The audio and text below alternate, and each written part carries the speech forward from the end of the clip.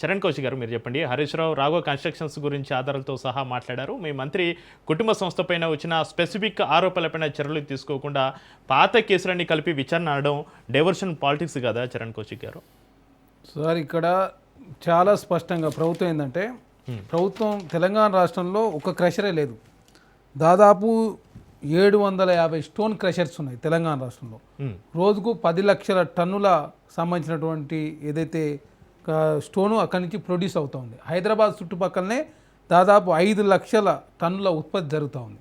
దానిలో భాగంగా ఇప్పుడు రాఘవ కన్స్ట్రక్షన్ డైరెక్టర్ ఎవరు ఉన్నారు?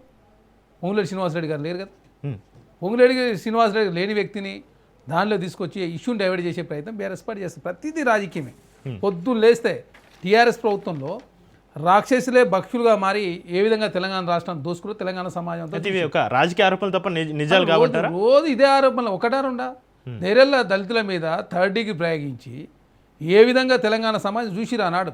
అందుకే ప్రభుత్వం ఏం చెప్పింది, గంగుల కమలాకర్ గారు సంబంధించినటువంటి అదేవిధంగా ఏదైతే మైనింగ్ సంబంధించి కావచ్చు, ఉద్రాజరావు వారు ఎంపీ వీరు ఎమ్మెల్యే, తర్వాత ఎంపీగా ఎక్స్ఎంపీగా పనిచేసిన సంతోష్రావు గారు వాళ్ళ ఫాదర్ రవీంద్రరావు గారు కావచ్చు, తర్వాత రాఘవ కన్స్ట్రక్షన్ కావచ్చు, ఇంకేమైనా ఉండని తెలంగాణ రాష్ట్రంలో ఏ రాజకీయ నాయకులకు సంబంధించిన ఉన్నా కూడా అన్నిటి మీద సిబిసిఐడి ఎంక్వైరీ చేయడానికి ప్రభుత్వం సిద్ధంగా ఉంది. చాలా స్పష్టంగా ప్రభుత్వం చెప్పింది.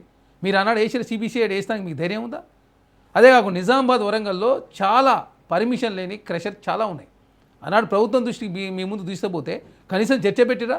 అసెంబ్లీలో అవకాశం ఇచ్చిరా? మీరు అసెంబ్లీలో మాట్లాడే అవకాశం కూడా ఇవ్వలే కదా. మీరు అసెంబ్లీలో మీరు మాట్లాడే అవకాశం ఇవ్వలేదు. అదే కాంగ్రెస్ ప్రభుత్వం వచ్చిన తర్వాత ఈ అక్రమ మైనింగ్ కావచ్చు, ఎవరైతే పనులు ఎగ్గొడతా ఉన్నారో వాళ్ళందరూ నోటీస్ ఇచ్చారు. దానిలో భాగంగా ఈ రాఘవ కన్స్ట్రక్షన్ కూడా నోటీస్ ఇచ్చారు. రాఘవ కన్స్ట్రక్షన్ సంబంధించి డిసెంబర్ 8 పర్మిషన్ కింద 1,22,25,446 రూపాయలు చెల్లించారు. తర్వాత సివరేజ్ కింద 1,52,97,97,827 రూపాయలు చెల్లించారు.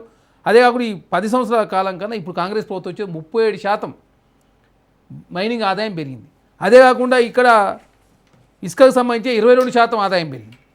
700 కోట్ల రూపాయలు బీఆర్ఎస్ ప్రభుత్వంలో వస్తే కాంగ్రెస్ ప్రభుత్వం వచ్చిన తర్వాత 1000 కోట్ల రూపాయల ఆదాయం దాటిపోయింది ఇసుకకు సంబంధించి. మైనింగ్ సంబంధించి మొత్తం ప్రక్షాళన చేసే ప్రయత్నంలో ప్రభుత్వం ముందుకు పోతూ ఉంది. అందులో తన మన భేదం ఉంది. మరి రాఘవ కన్స్ట్రక్షన్ మాదైతే నోటీస్ ఎందుకు ఇస్తాం? వారే చెప్తా ఉన్నారు 2 సార్లు నోటీస్ ఇచ్చారని. హరీష్ రావు గారు 2 సభలు చెప్పిండు.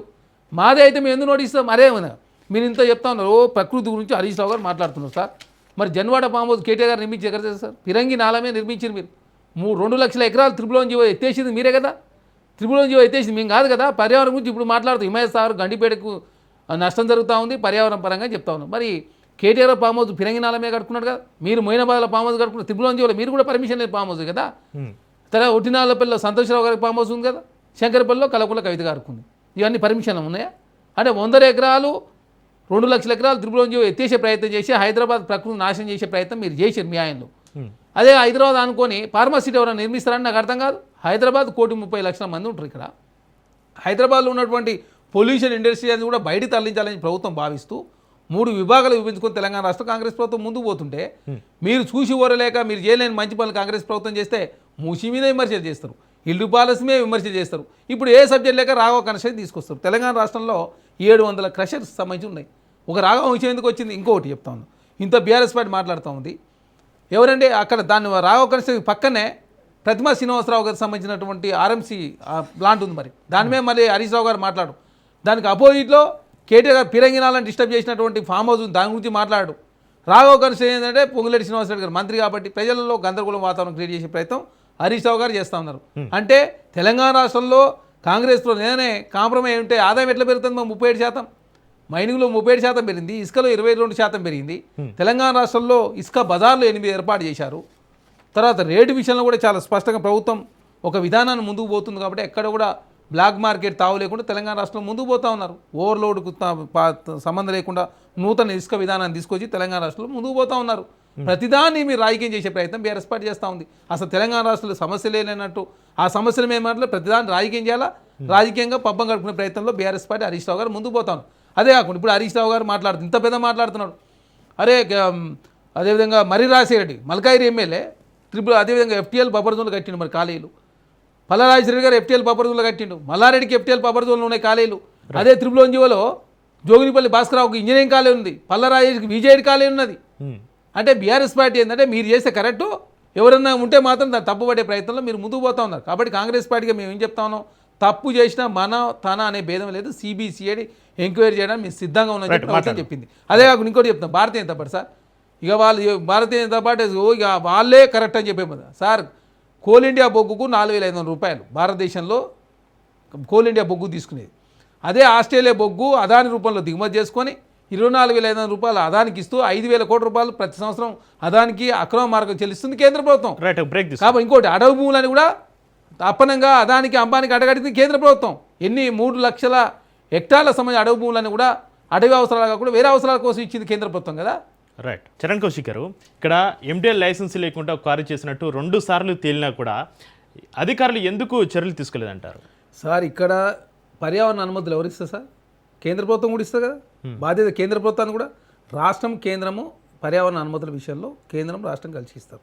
కేంద్ర పర్యావరణ శాఖకు సంబంధించి అది మరి పర్యావరణ అనుమతులు ఉన్నాయా లేవా, 8 రకాల అనుమతులు తీసుకోవాలా, దానికి సంబంధించి కూడా అసెంబ్లీ సాక్షిగా చాలా స్పష్టంగా ప్రభుత్వం ప్రకటించింది. నేనే తప్పు చేస్తే చర్యలు తీసుకొని ప్రభుత్వం సిద్ధంగా ఉందని చెప్పింది కదా. ప్రభుత్వం సిద్ధంగా ఉంది, మేము పారిపోతామని చెప్పి చాలా స్పష్టంగా చెప్పి సిబిసిఐడి ఎంక్వైరీకి ఆదేశించరు.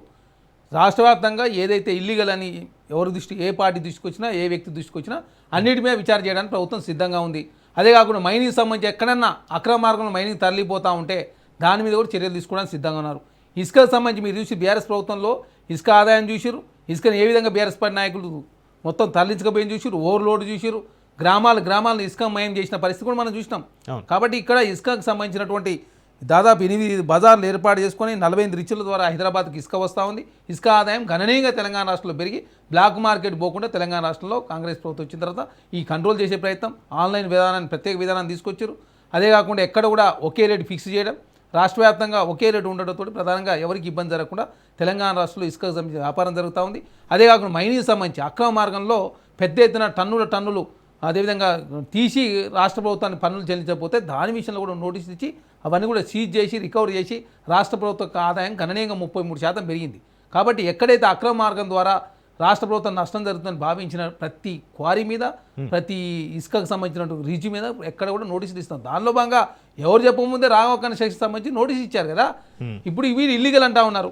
దానికి సంబంధించి నోటీసులకు సంబంధించి ఇప్పుడు ప్రభుత్వం దాని మీద సిబిసిఐడి ఎంక్వైరీ చేసినప్పుడు మరి ఎవరి అనుమతులు తీసుకున్నారు, లేకపోతే ఏ ఆయనలో పర్మిషన్ వచ్చింది, కేంద్రం పాత్ర ఏంది, రాష్ట్రం పాత్ర, అన్ని పాత్రలు తేలినప్పుడు ఖచ్చితంగా ఇల్లీగల్గా ఉంటే చర్యలు తీసుకుంటారు కదా. చర్యలు తీసుకునే ప్రయత్నాలు ఎక్కడ కూడా వెనకపోదు.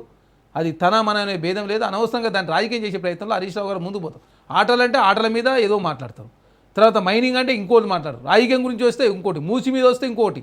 అరే ఏది చూసినా కూడా రాజకీయమే తప్ప గౌరవప్రదమైన సలహా సూచనలు ఏమంటే బీఆర్ఎస్ పార్టీ సూచనలు ఇవ్వకుండా అనవసరం రాజకీయం చేసే ప్రయత్నం.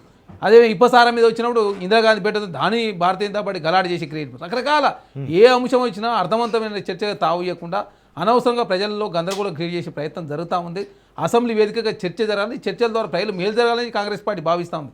దానిలో భాగంగా సిబిసిఐడి ఎంక్వైరీకి ఆదేశించి ఖచ్చితంగా ప్రభుత్వం చట్టం ప్రకారం చర్యలు తీసుకుంటుంది. ఓకే.